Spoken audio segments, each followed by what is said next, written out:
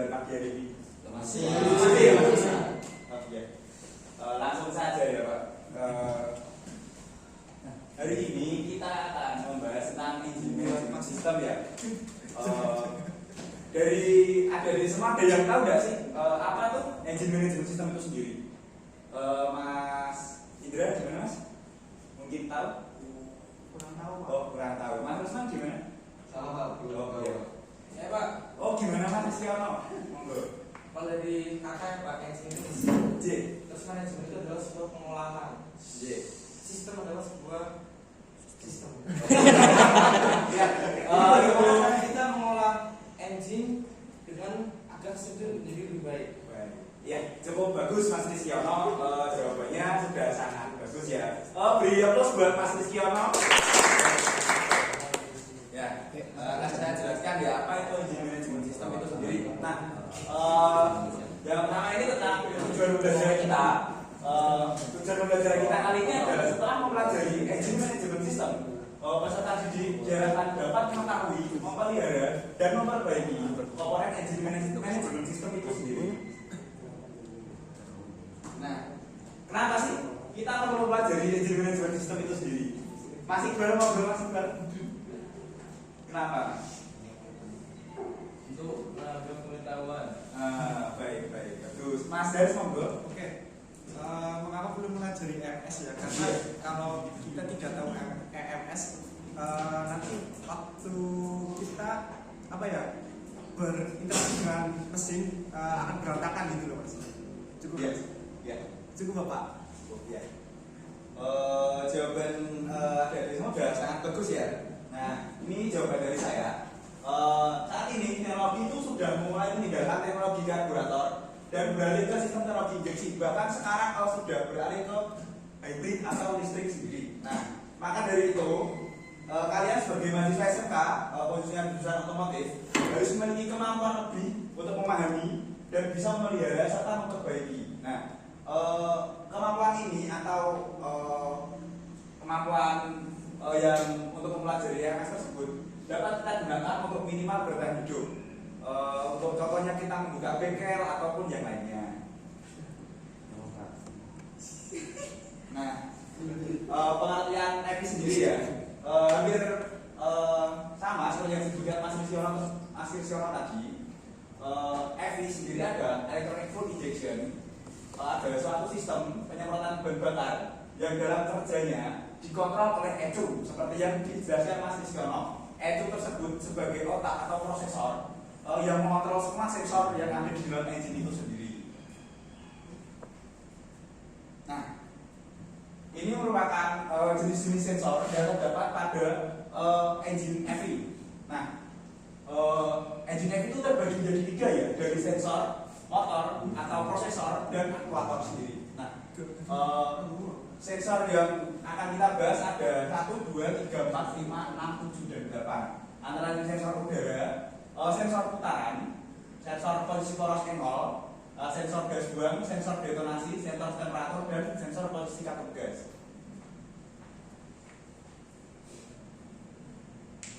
Nah, yang pertama akan kita bahas adalah detonasi sensor. Detonasi sensor merupakan sensor yang merubah getaran silinder blok yang disebabkan oleh detonasi menjadi tegangan yang sesuai dengan kekuatan getaran untuk memasukkan data tersebut dan diproses ke ECU untuk menghilangkan detonasi tersebut. Nah, yang selanjutnya adalah intake air temperatur. Di sini ada yang tahu nggak sih fungsi secara rinci dari 3T? Mas Ibnu mungkin tahu? Mungkin untuk mengukur suhu udara yang masuk ke engine Pak. Oh ya, bagus. Mungkin Mas Karis menyimak apa tidak ya? Oh, menilai ya Pak. Oh ya, sudah. Saya jelaskan aja ya. IAT atau intake air temperature sensor sendiri adalah sebuah sensor yang memiliki tegangan yang berfungsi untuk memperbaiki penyemprotan bahan bakar yang dimasukkan ke dalam engine itu sendiri.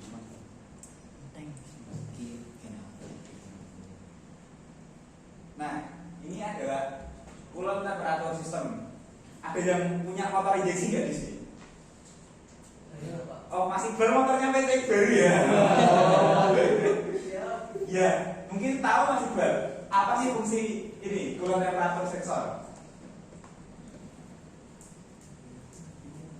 Berubah temperatur pendingin gas dalam suatu tegangan dan memasukkan datanya ke ECU. Ya, itu secara penjelasannya ya Mas. Kalau secara penggunaannya itu seperti apa sih Mas? Kurang paham Pak. Oh iya, baik. Coba dijelaskan. Oh iya. Ada yang bisa membantu Mas Iqbal? Mungkin Mas Dimas gimana? Oh udah tahu ya. Ya saya jelaskan ya. Fungsi dari coolant temperature sensor itu mendeteksi suhu yang ada di coolant atau di radiator suatu kendaraan. Nah, sensor ini tuh bekerja gunanya itu untuk pas saat kita menggunakan motor pagi hari. Nah, itu fungsinya untuk apa itu namanya menghidupkan motor supaya gampang hidupnya. Gak kayak motor saya yang masih karbu ya, susah ngedolnya kalau Jangan dibandingkan. Bebel Pak. Ya, yang selanjutnya adalah throttle position sensor. Nah, kalau di motor konvensional yang masih menggunakan CDI, apa sih ganti dari TPS? Mungkin masih benar tahu? Scam. Oh, scam dia. Siapa tadi? Oh, Mas Fajar. Aduh. Iya. Kalau dari scam itu sendiri salah sih Mas. Ya.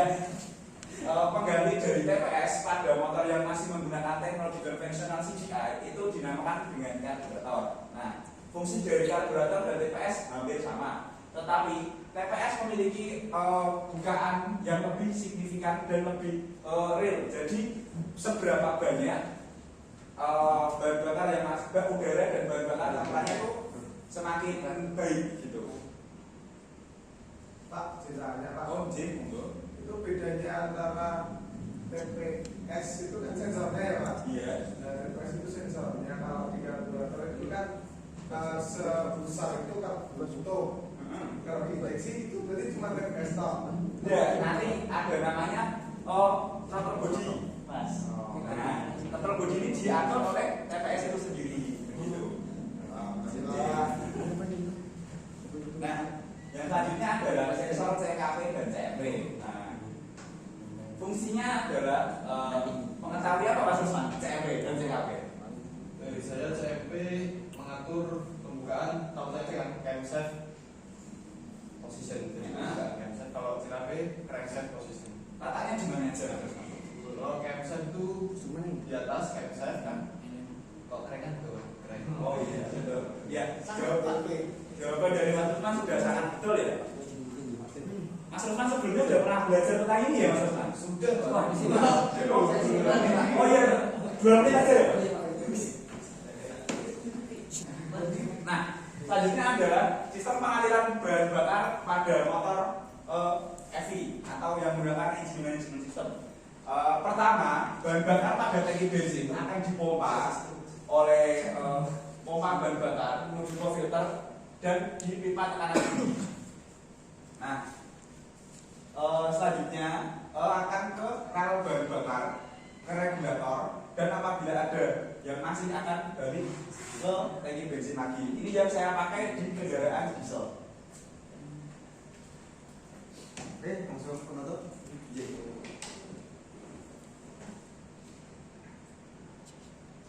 Nah, sebelum ke penutup ya,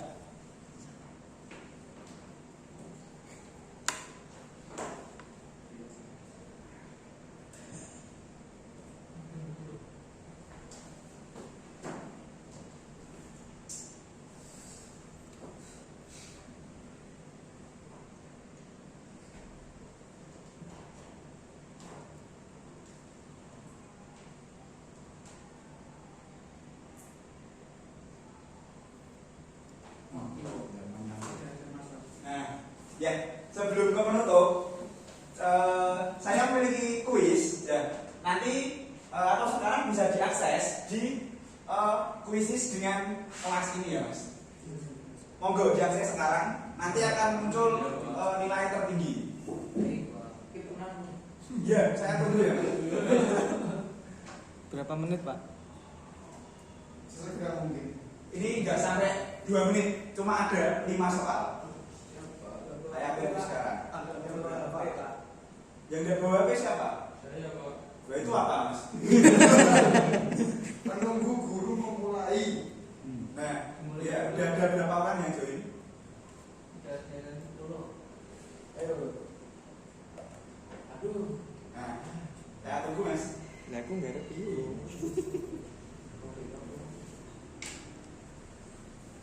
Ya, ini Sentawa siapa ya? Ada yang namanya Sentawa. Murid baru, Pak.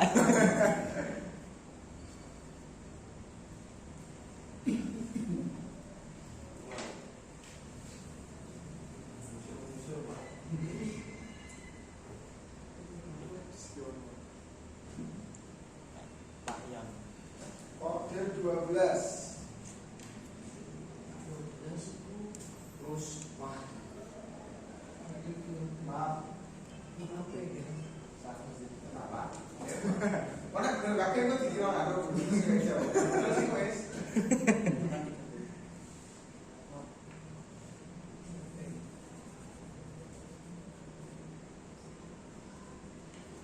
Nanti pukul 12.03 saya akhiri ya.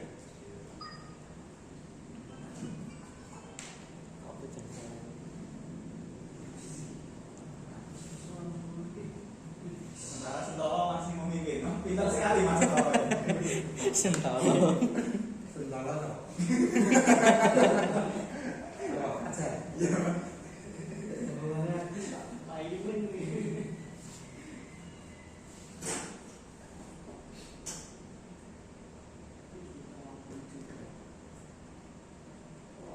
Kalau sentolo di pengalaman ada asal.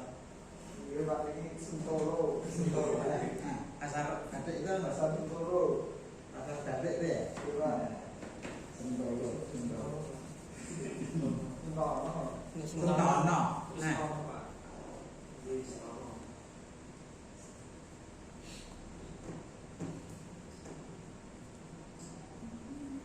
kalau sentolop sentolop Pak, tahu enggak sentolop? Ada loh bahasa Jawa sentolop. Nah, kan? Ada dulu bahasa. Kalau enggak salah itu loh, apa? Center itu loh. Baterai itu anak orang-orang desa nak bilang sentolop. Cokle Pak. Coklat kalau yang besar, kalau baterai yang kecil itu namanya sentolop.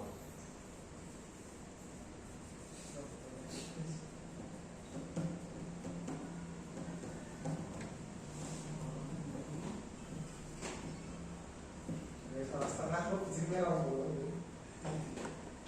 Ya, cukup ya, nggak usah lama-lama. Ini nanti saya akan menjadikan sebagai nilai post test. Jadi nilai ini saya akan pertimbangkan untuk nilai rapot kalian. Yes. Kira apa tadi? Lagu kok salah kabeh iki ya. Harus salah kabeh. Mendut. Hasilnya Belum habis mendung. Sentol. Ya, kesimpulan dari presentasi kali ini atau pembelajaran dari kali ini dapat disimpulkan bahwa sistem FI pada mesin bensin merupakan komponen yang sangat sensitif yang terdiri dari berbagai macam komponen elektronik. Karena komponen tersebut dikontrol oleh ECU sehingga mesin mendapat suplai bahan bakar yang presisi dan lebih irit sehingga mesin dapat bekerja secara optimal. Nah, saran dari saya sebagai pengajar, ketika terjadi masalah pada sistem bahan bakar FI, seharusnya para peserta didik dapat menggunakan pembelajaran kita untuk menggunakan ilmunya dalam perawatan FI supaya kendaraan kita lebih berusia panjang. Ya. Dari pembelajaran kali ini apakah ada pertanyaan dari siswa-siswa? Cukup. Oh, cukup ya. Karena waktu pembelajarannya udah habis dan saya akan ganti kelas lainnya, saya akan melanjutkan pembelajaran tentang sistem EMS yang lain pada pembelajaran berikutnya. Monggo Mas Usman diakhiri. Perhatian semuanya, untuk mengakhiri pembelajaran hari ini, mari berdoa menurut agama masing-masing. Berdoa mulai. Berdoa selesai. Saya kembalikan ke Pak Sadio. Oh iya, terima kasih Mas Usman. Selamat belajar kembali. Jangan patah semangat dalam belajar ya, karena pembelajaran itu tidak akan merugikan kita. Ya. Terima kasih. Assalamualaikum warahmatullahi wabarakatuh. Waalaikumsalam.